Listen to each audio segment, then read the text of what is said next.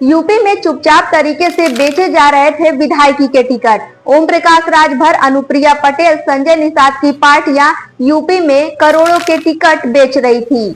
दैनिक भास्कर ने इस खेल को एक्सपोज करने के लिए अपने 2 अंडर कवर रिपोर्टर्स को नेता और समाजसेवी बनाकर 4 पॉलिटिकल पार्टियों में एंट्री कराई, जिसके बाद 1.5 महीने साथ रहने के बाद जब टिकट की मांग की तो सामने से करोड़ों रुपए की मांग सामने आई। लेकिन अब एक सवाल आता है, क्या चुनाव लड़ने के लिए अब जनता के समर्थन की नहीं बल्कि करोड़ों रुपयों की जरूरत है?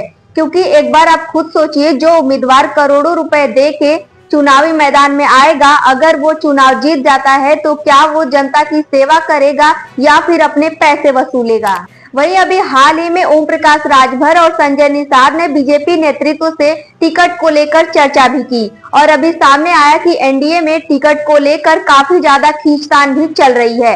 अब ऐसे में टिकट बेचने जैसे आरोप सामने आना मतलब पार्टी की छवि पर बड़ा असर पड़ सकता है और इससे विपक्ष को भी सरकार पर हमला करने का बड़ा मौका मिल जाएगा, क्योंकि इस खुलासे ने राजनीतिक गलियारों में भूचाल ला दिया है।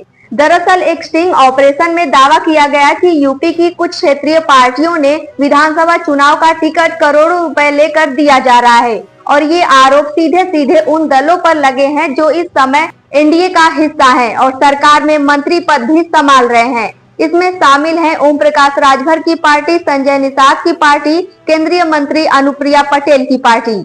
इन पार्टियों के नेताओं और दैनिक भास्कर के रिपोर्टर के बीच हुई बातचीत में टिकट के बदले करोड़ों रुपए की मांग की बात सामने आई, जिसमें अलग अलग सीटों के हिसाब से टिकट का रेट तय किया गया था।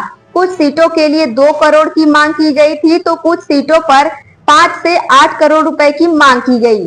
अब बात करते हैं कि इस आरोप का राजनीति पर क्या असर पड़ेगा। तो 2027 विधानसभा चुनाव के लिए सभी पार्टियां अभी से ही तैयारियों में लग चुकी है और एनडीए में तो पहले से ही सीटों के बंटवारे को लेकर खींचतान जारी है।